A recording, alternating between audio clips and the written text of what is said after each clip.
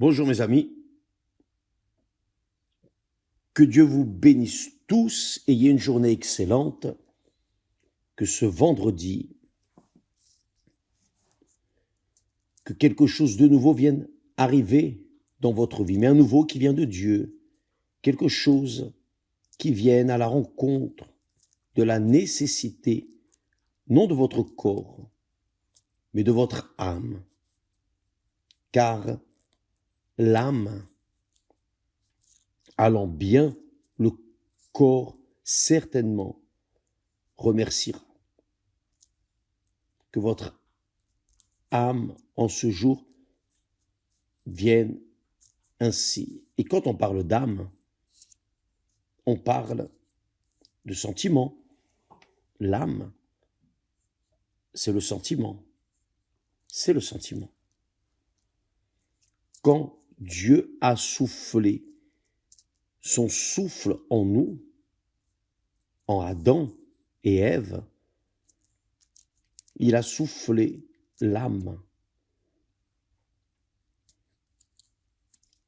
L'âme, il les a rendus âmes vivantes. Et lorsque l'on traite de l'âme, on parle de sentiment. Dieu nous a passé les sentiments, l'âme, pour que nous puissions sentir ce qu'il sent en relation à nous. Tout comme nous avons une relation avec les personnes, avec la famille, les êtres chers, fiancés, petit ami, mari, épouse, enfant, ce sentiment que nous avons parfois de frustration, souvent de frustration. Dieu est frustré avec les personnes, les êtres humains qui ne considèrent pas ce qu'il a fait pour nous. Le Seigneur Jésus a dit, au sommet de sa douleur, avant d'être crucifié, il a dit, « Mon âme est profondément triste jusqu'à la mort. » Ce n'est pas parce qu'il souffrirait dans la chair, avec les clous dans les mains, les pieds. Ce n'est pas parce que il allait être pendu nu sur la croix. Ce n'est pas parce que il allait être obligé à goûter ce vinaigre mélangé à des excréments humains. Non. Son âme était profondément triste jusqu'à la mort parce que il allait prendre dans son corps, dans son être, son âme, toute la malédiction du monde, la malédiction du péché, le péché de chaque personne, de chaque être humain, depuis Adam jusqu'au dernier des hommes. Il allait prendre toute la malédiction sur son corps et l'emmener à la mort, vers le tombeau. Donc, vous pouvez imaginer la douleur, le sentiment de douleur qu'il a souffert. C'est pour cela qu'il a dit. Et Dieu n'exagère pas. Dieu n'exagère pas. Quand il dit profondément triste jusqu'à la mort, c'est que la chose était au-delà. Bien. Il a souffert tout à cause de l'amour, le sentiment d'amour pour tous les êtres humains, aussi bien ceux qui croiraient en lui que ceux qui ne croiraient pas en lui. Il est mort pour tous. Il a payé avec sa propre vie, sa propre âme, son propre sang, pour nous tous. Il a payé pour nos péchés. Il est mort pour chacun de nous et pour nous tous, sans exception. Cependant, même ainsi, il est insulté, son nom est outragé, blasphémé par ceux qui ne considèrent pas ce qui est écrit. Maintenant, nous allons revenir ici à la situation de la majorité des personnes de ce monde qui ont par exemple, une énorme tristesse dans l'âme, une tristesse incontrôlable en eux, un vide. Beaucoup de personnes définissent comme un vide dans la poitrine insupportable. C'est un vide, il n'y a rien, mais il est insupportable. Ainsi comme la dépression. La personne voit tout gris, car sa vie est indéfinie. Le gris n'est ni noir ni blanc. Très bien, mes amis. Je pense que lorsqu'une personne vit une dépression, c'est parce qu'elle a perdu quelque chose. Beaucoup de personnes entrent en dépression, tombent en dépression immédiatement après avoir perdu quelque chose très précieuse. Un amour, par exemple. L'époux, la famille, l'épouse, les enfants.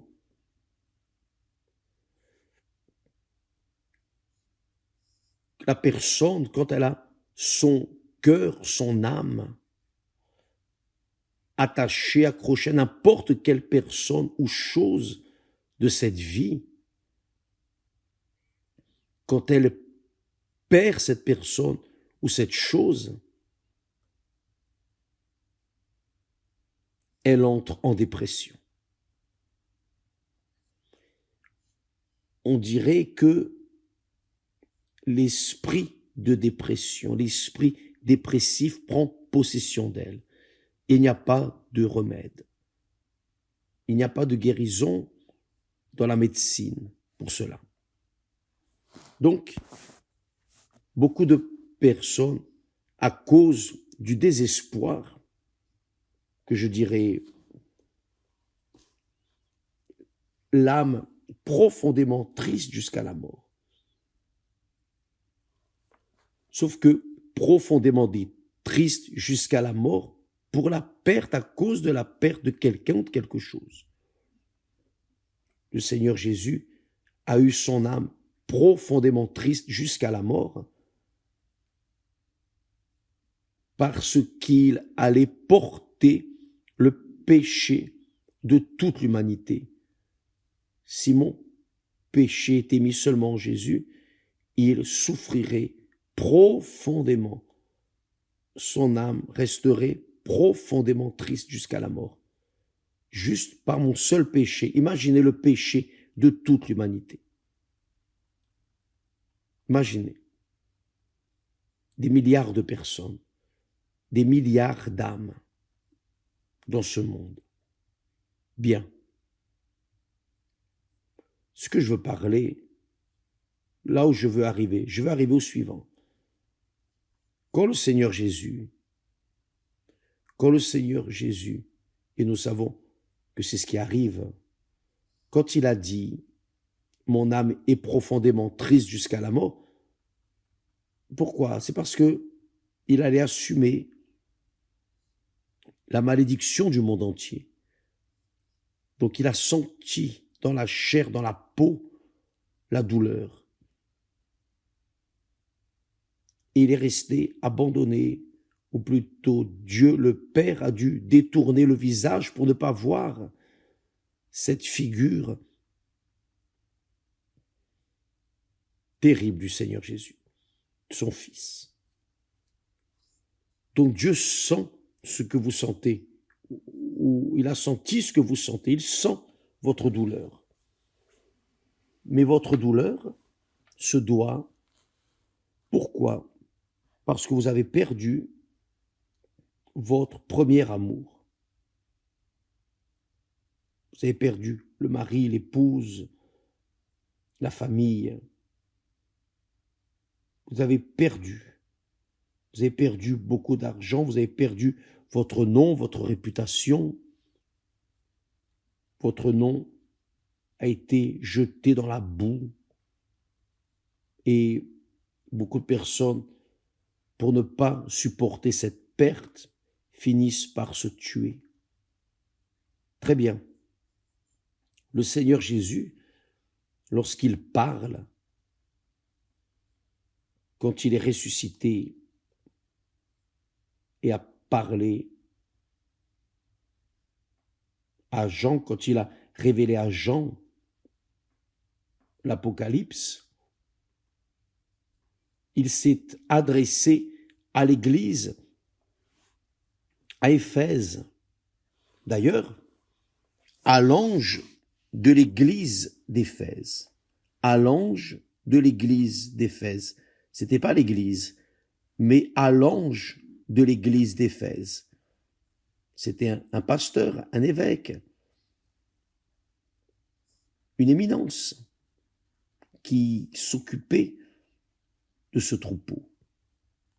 Il dit à cet ange, « Je connais tes œuvres, ton travail et ta persévérance. » En d'autres mots, ta patience. Je connais. Il ajoute, « Je sais que tu ne peux supporter les méchants, que tu as éprouvé ceux qui se disent apôtres et qui ne le sont pas, et que tu les as trouvés menteurs. Je connais ton attention, ton soin envers le peuple, que tu as de la persévérance, que tu as souffert à cause de mon nom. » Il parle encore de persévérance. Persévérance. Que tu as souffert à cause de mon nom et que tu ne t'es point lassé. C'est-à-dire, l'ange de l'église d'Éphèse, cet apôtre, ce prophète, cet évêque, avait toutes les qualités qu'aujourd'hui nous voyons dans beaucoup d'églises, de pasteurs, de directions, travailleurs dévoués, persévérants, patients. Sauf que le Seigneur Jésus ajoute, il dit, « Mais ce que j'ai contre toi, malgré le fait d'avoir fait ce bon travail, etc., mais j'ai quelque chose contre toi. Ce n'est pas contre ton travail, mais c'est contre toi. » Parlant à l'ange de l'église d'Éphèse. Et c'est là où nous devons nous évaluer. Non seulement moi, je dois m'évaluer. Toujours. Mais nous tous, chaque chrétien doit s'évaluer. Le degré de relationnement personnel avec le Seigneur Jésus. C'est que tu as abandonné ton premier amour. C'est quoi le premier amour? C'était le Seigneur Jésus. C'est-à-dire, l'ange luttait, l'ange de l'église d'Éphèse luttait pour le salut d'âme. Il se dévouait tellement qu'il a oublié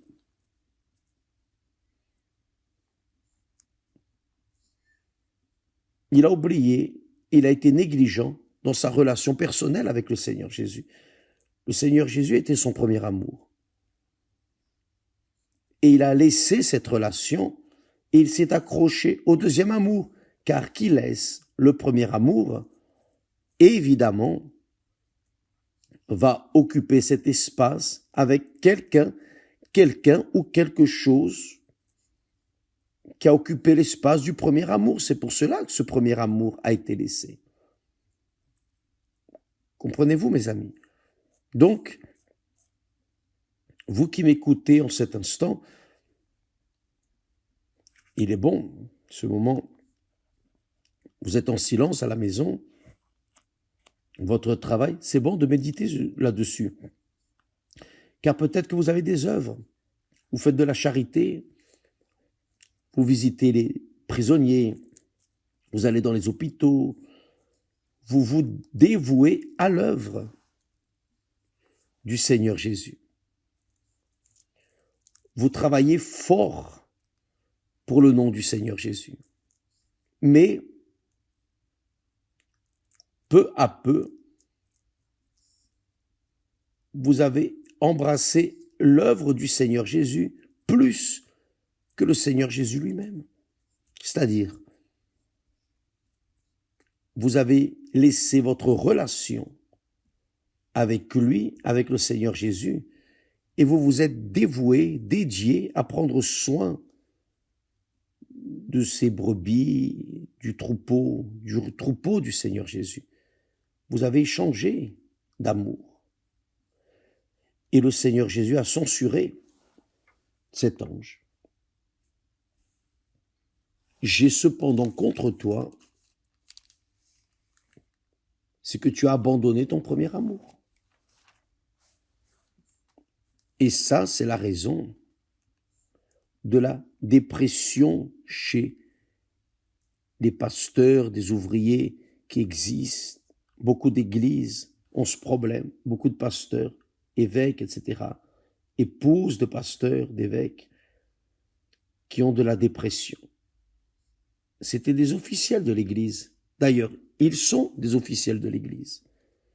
Mais parce qu'ils ont abandonné le premier amour, alors le vide est entré dans ces personnes. Et ces personnes font l'œuvre pour, disons, essayer de compenser l'absence, le manque du premier amour. Et là, la personne reste perdue. Elle reste perdue. Elle reste perdue. Et ainsi comme une personne qui perd son premier amour entre en dépression, ceux qui se disent ou qui se disaient chrétiens et qui ont laissé le premier amour, ils entrent aussi en dépression. Et là, vous demandez, évêque, mais comment est-ce qu'une personne de Dieu peut-elle avoir de la dépression? Ne serait-ce pas un désert où Dieu l'a conduit pour parler au cœur? Peut-être, mais je vois ici le grand problème qui est la personne conserver la gloire du travail, du succès qu'elle a dans l'œuvre de Dieu, et elle s'attache à ce succès, elle s'accroche à cette sensation agréable de faire l'œuvre et amener les personnes à la connaissance de l'évangile de notre Seigneur Jésus-Christ. Donc, la personne s'accroche, elle s'accroche à l'œuvre et elle laisse l'auteur de l'œuvre, le créateur, le sauveur, qui est le premier amour.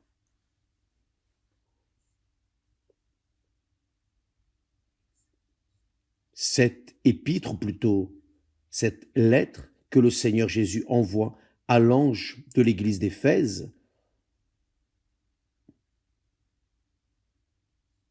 est très propice à nous tous pour nous remettre en question, pour que nous ne venions pas tomber dans la même erreur et courir la même erreur.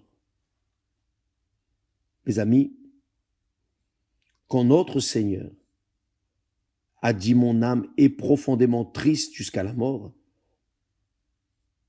il était prêt,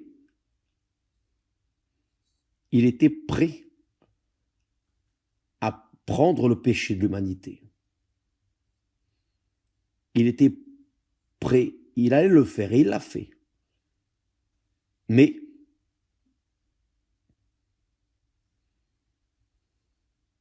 il n'a pas laissé le Père. Il n'a pas abandonné son Père. Apparemment, le Père a tourné le dos, a détourné le visage. Je dirais qu'il a détourné le visage, car là, sur la croix, quand il était là, pendu sur la croix, il a dit « Mon Dieu, mon Dieu, mon Dieu, mon Dieu, pourquoi m'as-tu abandonné ?» Chaque fois qu'il s'adressait au Père, c'était Dieu. Mais la première fois où il dit « Mon Dieu, il ne dit pas « Mon Père, il a dit « Mon Dieu, pourquoi m'as-tu abandonné ?» Là était le Fils qui a incarné, le Fils incarné dans le péché et en train de mourir pour sauver ceux qui croiraient en lui. Et à ce moment-là, de torture, il a dit « Mon Dieu, mon Père, pourquoi pas mon Père, notre Père ?» Pourquoi non? Parce qu'à ce moment-là, le Père a dû détourner le visage pour ne pas voir ce cadre cruel. Il a gémi. Voyez que Dieu a des sentiments, il a une âme, il souffre. David dit cela au psaume 86, que Dieu souffre, il souffre pour toute l'humanité. Et beaucoup pensent que Dieu est là en haut, tranquille, et qu'il nous laisse ici, livrés à nous-mêmes. Non, il souffre.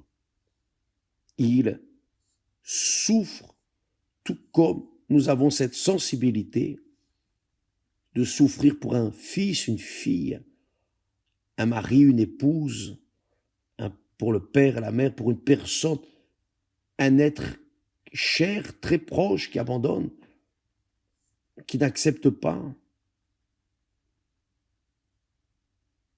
Le Père éternel souffre. Et je parle ainsi pour que vous, mes amis, veniez prendre soin avec amour de votre âme. Elle est la part de votre être la plus importante dans votre vie. car elle est éternelle. L'âme ne meurt pas.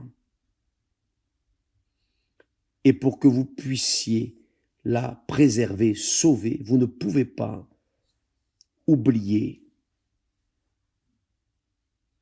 de celui qui a donné son âme en votre faveur. Celui qui s'est mis au calvaire ou qui s'est laissé entraîner au calvaire pour sauver votre âme, sauver notre âme. Ça, il est le premier, il doit être le premier dans notre vie, avant père, mère, mari, épouse, fils, avant les rêves personnels, il doit être le premier amour.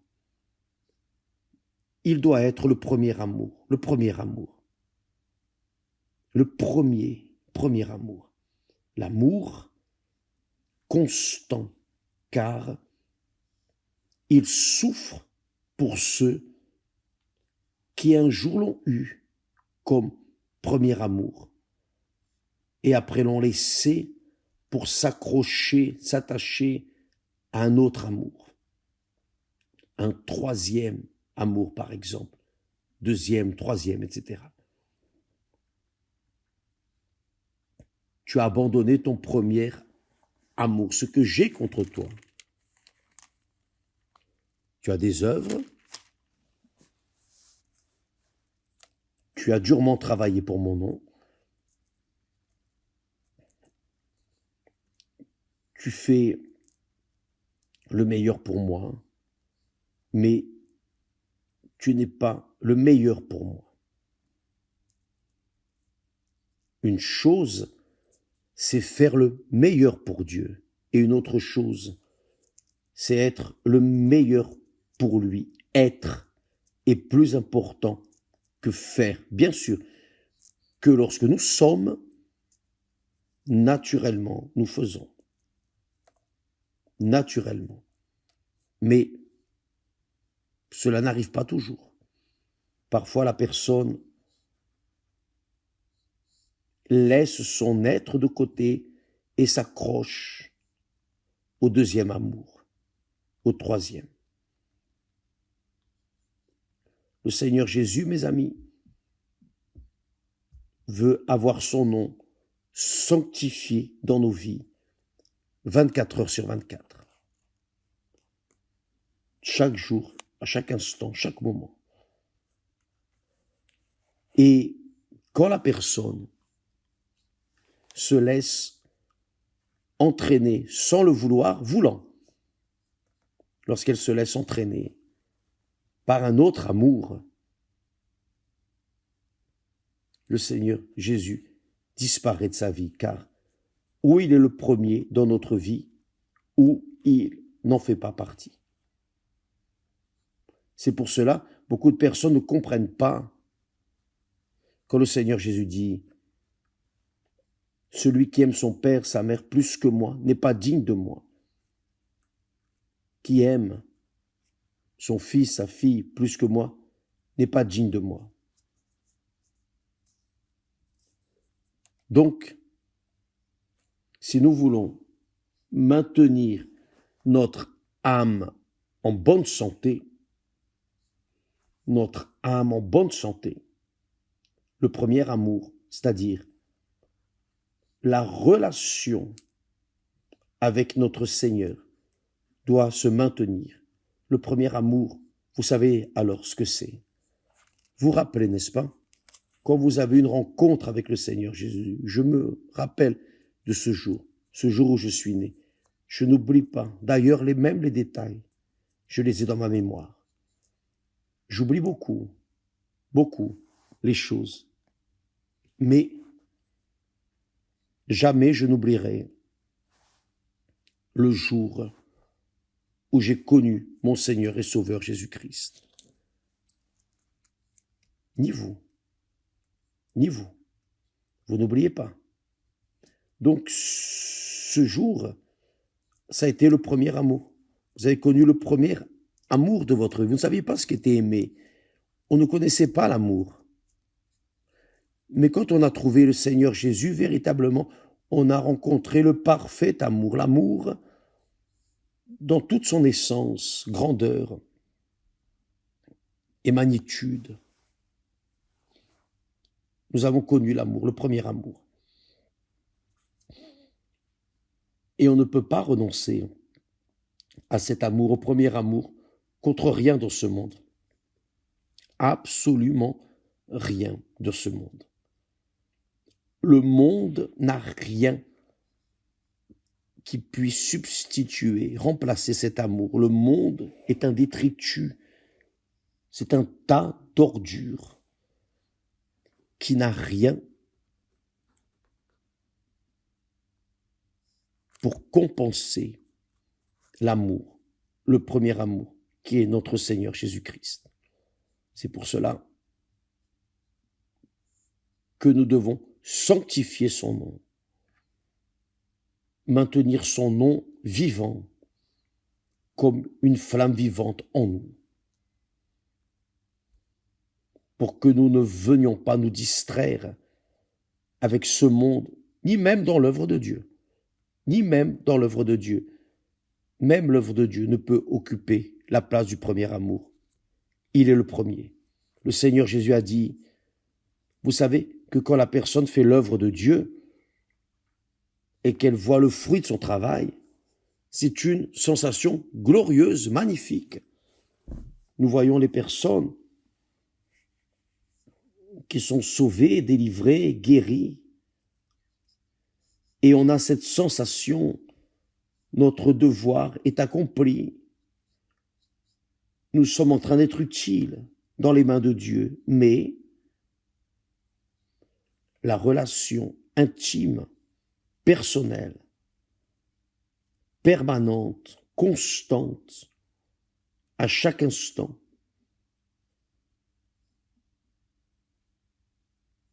ne peut pas être mis à la deuxième place. Ça doit être en première place. C'est ça le premier amour, mes amis. Quand on perd le premier amour, là oui, il n'y a plus rien qui puisse le remplacer. Et là vient la malédiction de la dépression. Que Dieu vous bénisse tous. Que Dieu vous bénisse tous. Ce dimanche, à 9h30, ici au Temple de Salomon, à 7h le matin, nous aurons la même réunion, le même esprit. L'évêque Adilson, à 9h30, nous serons ensemble avec Renato. À 18h, l'évêque Jadson. Nous tous, dans toutes les églises, nous serons en train de mettre toute notre force pour que vous qui avez perdu le premier amour, c'est-à-dire l'amour que vous avez maintenant, c'est le détritus. Vous êtes dans un détritus. Vous êtes considéré par le monde, mais méprisé par Dieu. Mais il existe une porte pour sortir de ce détritus, ce fumier, et entrer dans la porte du royaume de Dieu. Donc ce dimanche, la deuxième porte, la porte du fumier. Vous allez sortir du fumier pour en passer par la porte de la maison du Très-Haut, le temple du trône du Très-Haut. Au nom du Seigneur Jésus, que Dieu vous bénisse tous et à demain. Amen.